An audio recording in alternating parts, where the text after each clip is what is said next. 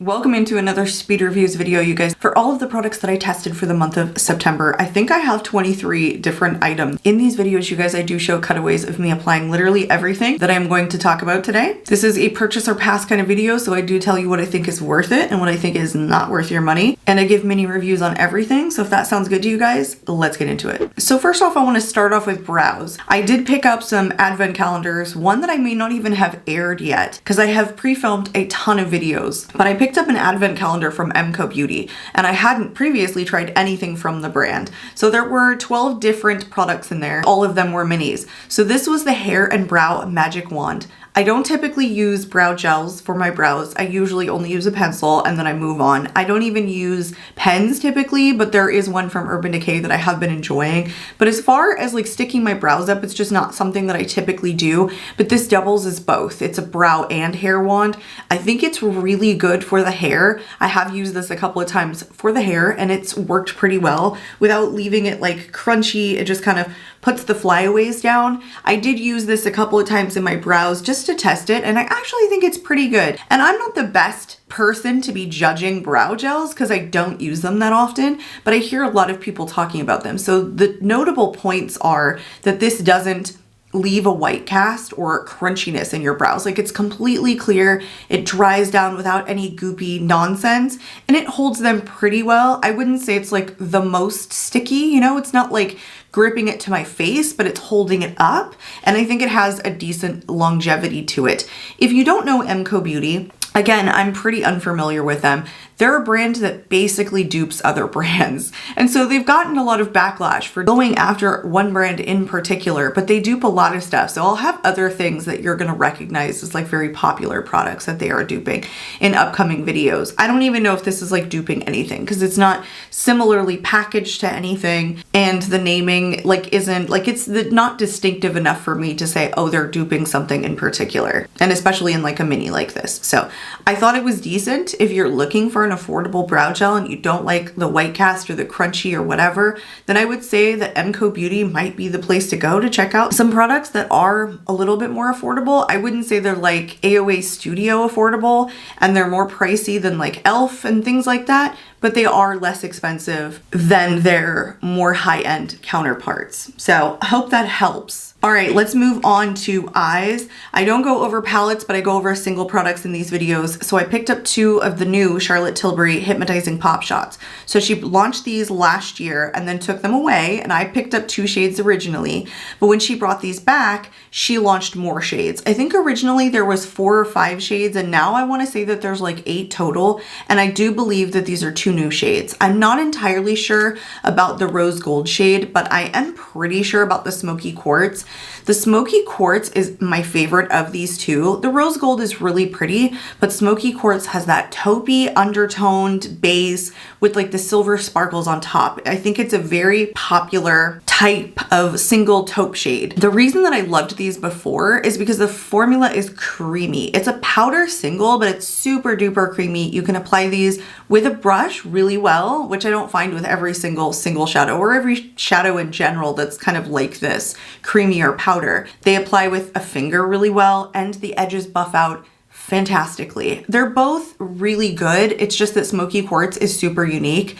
And I was saying when I first got these, like, get these now while they're still available and smoky quartz doesn't sell out. So I'm actually a huge fan of these. I now have 4 in my collection. So I personally think they're a purchase. However, they're more expensive. You know, they're $34, I think. And everyone is saying like, oh my gosh, the Patrick Ta is $42 for 2 shades. But look what a lot of us, I feel like, purchased for $34 from Charlotte Tilbury. I mean, there are a ton of singles that are in that price point, like Pat McGrath, for example. Like, I have several in my collection that are kind of in this price point. So anyway, I really enjoy them. Yes, I bought these for, what are they?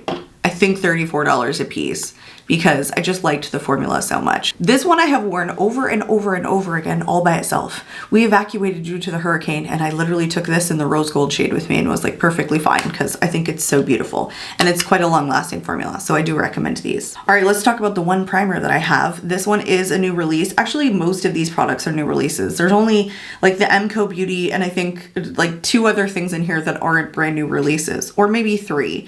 This was the face glue primer from NYX. I thought this was gonna go way more viral, and I think that the reason that it isn't is because it's decent, but it's not fabulous. It's a grippy, kind of sticky primer, but I don't think it helps to lock down my makeup. I've tried this with so many different foundations. It doesn't do a whole lot. Like, it's grippy at first, and I think it helps the application of the makeup, but it doesn't make it last, if that makes any sense. So I think it's somewhat decent, and I've been enjoying grippy primers lately, those and pore filling primers, so I think I'll keep this in my collection. I would just say that this isn't something that I would end up repurchasing, I don't think, and I don't think it was like better grippy than the Milk Hydro Grip or the e.l.f. Power Grip Primer. Like, both of those are just fine and even show me more results than this one. And something called the Face Glue, I was definitely expecting it to be immensely grippy. You know, equivalent to maybe like glue, and we'd all be talking about it. And I think it's like a little less grippy than both of those other primers that I just talked about. So it's not bad. It's definitely just not as intense as I thought it was going to be. So I don't know. It's kind of a pass for me on this. It didn't change my world. Not that makeup changes my world. It's just that some are they stand out quite a bit more than others. All right, let's move on to complexion products. I only have one that I tested. I've been slowing down on buying new foundations, or any foundations in general. I picked up the new Turn Up the Base Full Beat Liquid Foundation from One Size, and I have mine in the shade Fair 20R, which I think is meant for rosy undertones. I did a full 10-hour wear test on this guy, and I have that up on my channel. I have gone back and forth with this foundation. I think that it's thick, and I don't really love thick foundations. They don't sink into my skin very well. The thing with this is I feel like it's very similar to the Patrick Ta one that released, that it's just like thick, but almost not too thick. It could have been thinner, and then I feel like it would have sunk into my skin better. I just have a hard time absorbing thicker foundations. And someone made a comment on that video, like, if you shave your face, maybe it'll sink in better. Like, at that moment, there was so much shit going on in my life, I literally just hadn't had time to do it, but normally I do. Like, I shaved the shit out of it. And I think it like helped a slight bit. Anyway, the point is, I have shaved my face since then and tried this, and it sinks in a little bit better, but it doesn't wear super well because it doesn't sink in as the day goes on. And so it does start to like separate, and there are often times where I'll like touch it and it'll just come up. And even using some really grippy primers and some really gripping setting sprays, and even some of my better mattifying powders, yeah, it's not perfect. I like it initially, but I don't love it as the day carries on. I will say though, less is more with this.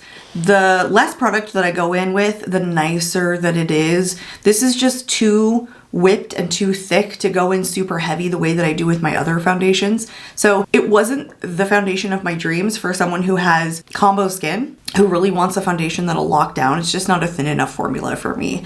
Again, I don't think it's bad. I think I'll keep trying to use it, but like the next bad experience that I have would definitely make me declutter this. So it's not the full coverage foundation of my dreams because I really do prefer something that's thinner. I want full coverage, but I want it to be super duper lightweight. Like basically you can't even feel it on your skin. I want it to sink into my skin and just like stay there all day. And this one isn't that. All right, let's talk about a setting spray. This is a new release. This is the counterpart to the primer, the Face Glue setting spray.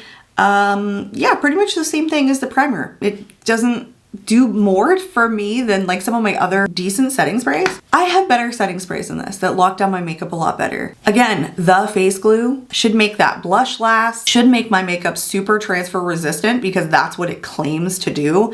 It says transfer resistant makeup setting spray, and it's not transfer resistant, especially because I've used it with the One Size several times now. And it does still transfer, like I told you guys, like everything will come up if I touch it later on because it just hasn't absorbed into my skin. So it's okay. It's okay. I kind of think this is makeup graveyard. It's not bad enough to get rid of, but it's not good enough to tell you to run out and buy immediately. Okay, I have three. I think these are all contours. I don't think any of them are bronzers, even though the e.l.f. one does call itself bronzer and contour, but we'll talk about that. So I decided to try an older release from Fenty Beauty. This is called the Matchstick Matte Skin Stick, and this one is in Amber 01. I have been on a hunt to find really cool toned bronzers and or contour sticks that I really enjoy because I'm just not enjoying orange or more warmer toned bronzers at the current moment. So I decluttered a lot of them from my collection, and then some of them I've just been retesting to decide whether they stay or they go. So I've heard a lot of people talk about this in the past, so thought this is a perfect time to pick up something like this. This color is fabulous because it is basically a contour color. Not all contour colors though come without warmth. I feel like this one has just a slight bit of warmth, but it's kind of in the undertone. Otherwise, it's a very, very cool shade. This formula to me is just a little bit on the drier side. So this is not a stick that I would draw directly onto my face. It is one that I like to pick up with a brush and blend in. I would say this is not my favorite contour stick because of that reason. The blendability isn't fabulous. It's decent once you get it blended out, but it's not like the easiest application of all the contour sticks and or bronzer sticks that I have tried. And there's even one in here, which is the next one, that performs better. It's just like a far superior formula. And I'm also using that as relative data because I used it in the same month and I could just tell that it's creamier and that it performs better. So I'm like, oh, this is just a drier formula and I prefer the other one more. Again, it's a matte finish, so it locks down and it stays all day. It's just a little bit trickier to blend out. That's pretty much it. And I don't draw it onto my face. I think the color though, aside from the formula, definitely makes this product a purchase in my opinion. But if I was gonna recommend any from today, it would be this, the Dior. This is also fairly new release, the Skin Contour. This one is in 01 Light. This one is just creamier, something that you can draw on, something that blends out perfectly. Also a very, very good tone too. It's got like a tiny bit of warmth kind of in the undertone to it, but it's mostly cool toned. It also lasts all day. And I don't think it's like a full matte. It actually has like a slight sheen to it without being like sticky or glossy or not dried down. Lasts all day. Did I say that already? Anyway, just a superior formula. I have been absolutely loving this. And I'm so glad that they came out with like a contour stick. So this is a huge recommendation for me. I really can't say enough good things about that. I'm loving that. And the very last one is a brand new release from e.l.f. This is the Camel Liquid Bronzer and Contour. And this one is in the shade Fair. They call this a bronzer and contour because they did something a little bit different. Unlike some brands who've come out with bronzers and contours but then only launched them in 4 shades, e.l.f. came out with something that they called bronzer and contour, and I think they launched this in 10 shades. So it kind of goes cool, warm, cool, warm, cool, warm. You get the idea. So they have varying shades. One's more of a bronzer shade and one's more of a contour shade. So this one in 01 is more of a contour shade. And I really like the formula. I think that these are pretty intensely pigmented, but it's decent. It blends out really nicely. The only thing that I don't love about this is that it is dewy. It has a dewy finish, and I don't like dewy finished contours on my forehead. I don't even like dewy finished bronzers on my forehead. Just something about that just makes me look like I'm sweating.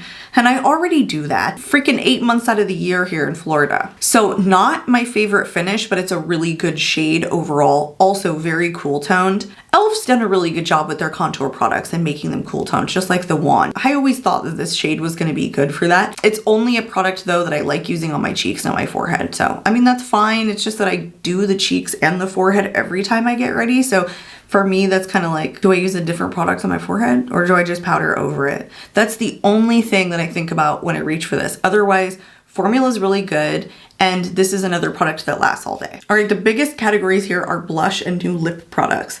I always have a ton of blush because I love blush and I'm always testing new blush. Now I think most of these are new releases with the exception of 2. 2 of them are not, but they are more affordable. So let's go over those first. I have been talking about the AOA Studio stuff like over the last several months of the stuff that I hauled, and I am almost done with all of the products. I think there's like one more blush that I haven't tested, but this one is one of the Venetian Romance creamy blushes in Duchess, and it is in a glass jar. Now AOA Studio ranges anywhere from like $1 to maybe $10. They're very, very affordable, and I picked up a ton of stuff, and there has been things that I have loved from my haul, and then there are some misses also, but I really like this blush. I have heard some of you say that this is like a blush that you've used many times and have really enjoyed, and I thought originally it was gonna kind of be a dupe for the Phytosurgeon's blushes. It's just not as dewy as that. It's a little bit drier when you touch it, even though when it gets to the cheeks it does have a little bit of dewiness to it. It just maybe doesn't like blend as easily as the Phytosurgeon's ones do. It's just not as dewy overall. Like you can see in the pot, it's a little bit of a drier formula. I actually think this is really good. I want to say I got this for $1.88, and it being in a glass jar too, like I definitely enjoy this.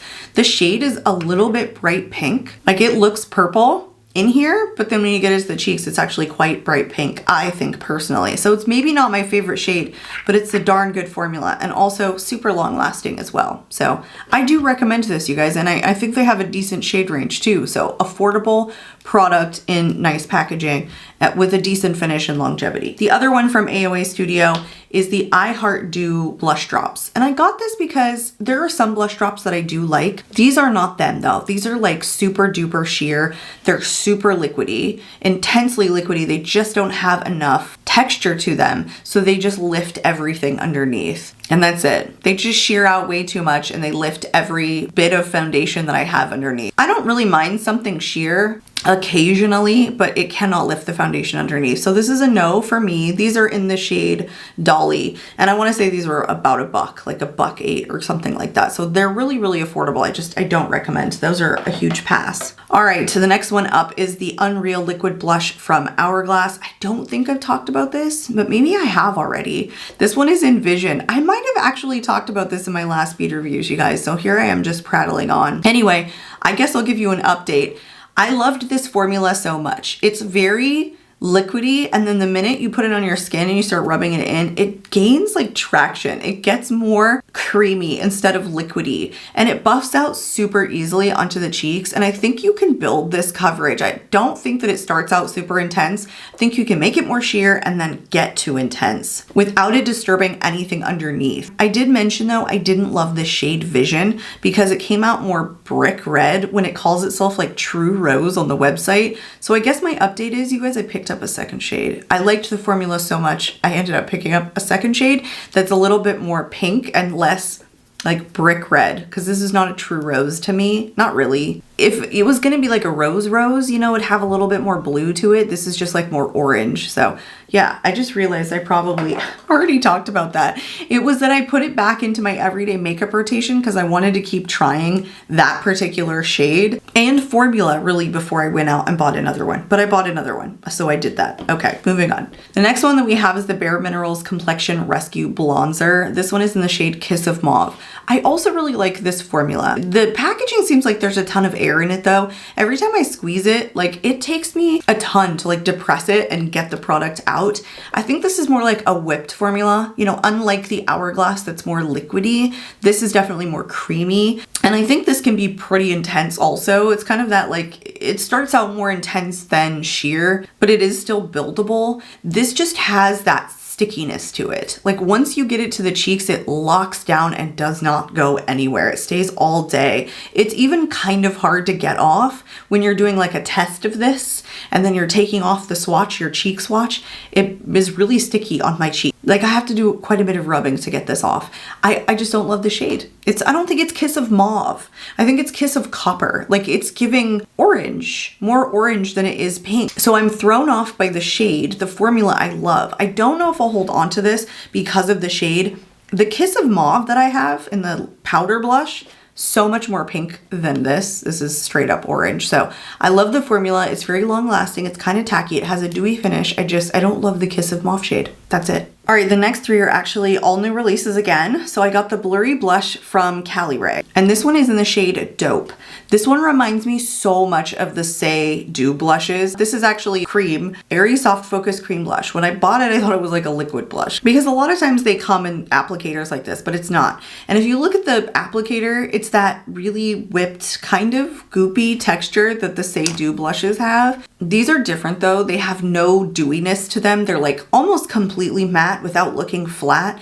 And I do not recommend you draw these onto your cheeks. I have a hell of a time every time I do because it's a cream formula and because it's kind of drier. It doesn't blend out super well. So it like sticks to where I'm putting it. And then I feel like I'm just adding more and more and more. And then it just gets way too intense of a blush. So it's definitely something that I put on the back of my hand and then stipple in with a brush. And like the thicker or fluffier the brush, the better, which is kind of frustrating because I don't always have like a super fluffy blush brush where I put my makeup on every day. And so I'm always like hunting down the correct brush to use to apply this. Otherwise it kind of looks funny. Again, it'll get a little patchy, or if I add more, it gets pretty intense. Again, is pretty matte. and soft focused, so it definitely locks down on the skin and lasts all day. It's kind of a trickier formula. It's not the kind like you just plug and play. It's not just get up and go. You have to work a little bit at it. You got to learn what it does. And there's so many blush formulas on the market, and I have so many and I've tried so many, and I'm always getting ready fast that I don't know that this is a recommendation for me. It doesn't do the extra things that I would hope that it would do to make it really a simple product, something that I would be like, oh, you guys, you have to get this. Like the Dior, for example. Super easy formula, and it's beautiful. Also the Hourglass Unreal Blush. I don't even think about that, and I apply it and it's perfect. It's just super easy. So this is not a super easy product. It's not bad, but it's not my favorite thing from KARIM. I don't know, it's kind of makeup graveyard. I do really like this, which is a surprise to me because I haven't loved a Colourpop release in a while. It's the Weightless Liquid Blush, and this one is in the shade Super Shy. I think this is very different than a lot of liquid blush that come like this. You know, you'd think immediately that it would be super matte, could be dewy too, you know, but also super pigmented. This is more on the sheer side. It's actually really nice because it's not super intense. You don't have to take it back. You don't have to be as careful when you apply this. This does have a little bit of a dewy finish, but it's nice. It's super easy to blend in. That more sheer formula is actually super easy and beautiful on the skin. Again, not a liquid blush that you're like, okay, be careful now when you go in. I don't think you have to be as careful with this. So I actually really enjoyed it, and I think it's pretty long lasting. So I like this a lot more than some of my other liquid blush that are like this. So there you go. All right, the very last one, and the one I'm wearing right now, is a new release from e.l.f. It's the Camel Liquid Blush, and they launched 3 new shades, I'm pretty sure. This is called Bold Faced Lilac. This is one of the 3 new shades, and I picked this up because I've been enjoying cool toned purple blushes lately, and I really enjoy this. I love this shade. Now these Camel liquid blushes, they're a little bit intense. They're kind of like what Colourpop isn't. They're more opaque right away. This one has a little bit of a dewy finish. It locks down, it's super long lasting. Again, something I would definitely recommend you put on the back of your hand and then bounce it into your cheeks, because if you draw it straight on, it's just gonna be too intense. I think even with one dot and not the easiest application, again, the fluffier brush, the better, but a lot easier to sheer out, I think, than the KARIM. I'm enjoying this one. This is a lighter shade than the other 2 that I had, so I'm enjoying this lilac shade. The formula, again, I just kind of told you about. I don't think it was my favorite in the 2 other shades that I tried, but I do really like this. I'm like falling in love with this formula because I love this shade so much. There you go. If you like a purpley blush, I think it's a good one. The next one that I have is the Velour highlighter from AOA Studio. This is another thing from my haul that I didn't get to test. This one is in the shade Circus. I thought this was gonna be different. I don't know, the pictures didn't make it seem like it was as chunky and as sparkly, but that's pretty much what this is. It's kind of shifty too. You know, it's almost kind of like a translucent eyeshadow. I have a couple like this that I held on to, and I think that the chunkiness can be rubbed out. You just have to use like a denser brush or work it in a little bit harder. It's not a bad product overall. Again, it blends in. You can break up that chunkiness and get it to really diffuse into the cheeks. I don't like a shifty highlighter though. That's the only thing, is that I'm not really looking for a super shifty highlighter, and I think this kind of is. It goes pink to purple and whatever. I might hold on to this for a while because I don't hate the way that it looks, but it's definitely like not my favorite formula. Yeah, it's a little bit chunky. You got to work a little bit extra to get it to really blend into the skin nicely. And if you don't mind that and you like something a little bit more shifty, then it's decent. Again, I think this was $1, maybe even cheaper than that. Some of the things I was getting from AOA Studio were like 75 cents. I got one blush for 25 cents, so there you go. All right, we are now on into lip products, and some of these are not new formulas to me. 3 of them were from holiday sets, so I thought we would talk about those because they might still be available on Sephora's website. So I picked up a holiday set of 4 of the little minis of the Lip Softies from Tower 28. And I do believe that one of these was actually a new shade. I really enjoyed the one that I already had, which was in, I think, Dolce de Leche, yes. Because it smelled so good, because it's a nice like balmy texture that's a little bit more thick without being sticky on the lips. The shade that I had in Dolce de Leche, which is this one right here, was a little bit more sheer, so it doesn't have a huge tint. So I picked up these minis because I thought, oh, I've been wanting iced coffee. And that's also a fairly new release. I feel like in the last like 3 or 4 or 5 months, probably, they came out with the shade iced coffee or the flavor, whatever. So I was like, oh, okay, the minis, I'm down. I'm all for it because I really like this formula. These are a little bit more tinted in the actual shades themselves than the next set that I got for holiday, so I'll talk about that in a little bit. And I kind of like these a little bit more than the Summer Fridays ones that I'm going to talk about next, because they have a little bit more scent to them and they're a little bit more pigmented than not. Again, my favorite is the Dolce de Leche, you guys, but the other ones, the pink one is in Watermelon Kiwi, which is freaking delicious. It smells just like watermelon kiwi. The Ubi Vanilla is like okay, but it's not very strong. And then the new shade Sugar Plum, it's lightly scented, but less scented than the other two. And it's okay. It's not a flavor or a scent that I would run out and buy. I would definitely recommend to you guys. Oh, Dolce de Leche. If you guys like sugary, sweet, this smells just like a maple donut, okay? Just like a maple donut. I don't care what anybody else says. That's exactly what it smells like. And Watermelon Kiwi, so good if you like something fruity. And I think all of these, again, they're tinted enough that you can kind of see the difference when you put them on your lips. I love these little minis for my car and my purse or whatever, and downstairs at my desk. So I think this was pretty affordable. I want to say this was like 20 bucks for this little 4-pack. So I do recommend. The lead-in, I already talked about these. I got another set of the minis from Sephora for the Summer Fridays lip butter balms. And I have very similar thoughts that these aren't all created equal. This is the one where I wanted to get iced coffee. I was just prattling on about iced coffee in that one. That's not what I meant to say. I meant to say that this one has iced coffee and I wanted that. So that's why I got this mini set. Anyway, the shades here are Brown Sugar, which is like the purpley looking one. And then the Vanilla Beige, which is a little bit deeper of a brown shade. And it is the one that I had in my collection previously. So I knew that I really enjoyed the formula.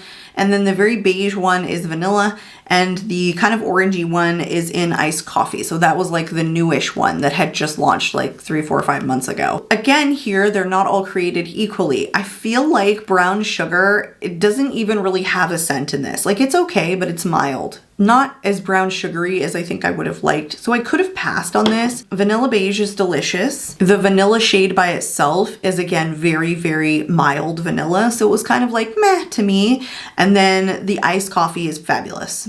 Tastes and smells just like iced coffee. So again, my 2 recommendations here would be the Vanilla Beige and then the iced coffee. I could totally pass on the Brown Sugar and the vanilla itself. And these are more sheer. Once you get them to the lips, I can't really tell which one is which. And so I'm just buying for flavor and scent alone. And that's why I would only recommend to you guys the iced coffee and then the Vanilla Beige, because they're the most strong strength, scent, taste, whatever. So I like these. Again, these were around the $20 mark. They were more expensive than Tower 28, obviously. I think they're probably still available on Sephora in these little minis, but again, car, purse, it's my kind of thing. All right, the next one that I got is not a new release. This is the Lip Lights from RMS Beauty. I bought a bunch of different beauty sets, only 3 this year actually. Last year I bought like 7 from Macy's because they sell them for so affordable. They're basically like advent calendars for the holiday season, except you don't get to like unbox them. They're just literally beauty sets, the same kind of stuff that you see at like Sephora and the more expensive places. And they're usually in the $20 range for similar amount of product and similar brands. So one set that I got was like $23.50 and I think it had 8 pieces. And this is a full-size RMS Lip Lights. And I've been wanting to try this formula. So this retails for $28 by itself. And that set was $23.50. I ended up getting more products for less than what one of these costs. This one is in the shade Bijou. I love this formula. It's super thick, but it's not sticky. It actually has like decent color to it. Like it's opaque. It lasts a while. Again, not sticky. A really, really nice formula if you like something that's a little bit like more lacquery, but still very, very smooth and has a decent amount of pigmentation. I like this Bijou shade though. I thought that I was gonna hate this orange shade, but I really like it. But I would recommend trying to find this on sale for 28 bucks. It's pretty expensive. I'm so glad that I got to try a formula from the box that I've been wanting to try for a while without spending the cost of this. A next holiday set, which was a new release, was from Ami Collet. These were her lip oils. They're the lip treatment oils, and I got After Hours, which is like the silvery with blue reflect, and then the gold with multicolor reflect is in Magic Hour. I'm pretty sure she does not sell these or make these in these shades, by themselves. I went to go look at her lip oils on Sephora's website and neither of them were there, but they did release these in a limited edition holiday kit. And if you guys know me, you know I love a sparkly freaking lip. I love it. I love a sparkly lip. And if you guys are familiar with Ami Colay's lip oil formula, it's basically like a gloss. You know, it's not sticky, but it's thick. It's more like a gloss than an oil. That's kind of how I think of them. And I have one other shade and it's such a beautiful shade. These didn't knock my socks off though. I'm not sorry I got them. It's just up against my lips. They don't have a lot of sparkle to them. Like very, very lightly. I think over top of another lip product, they're better. I like the formula. I just think for the sparkles themselves, they weren't super intense.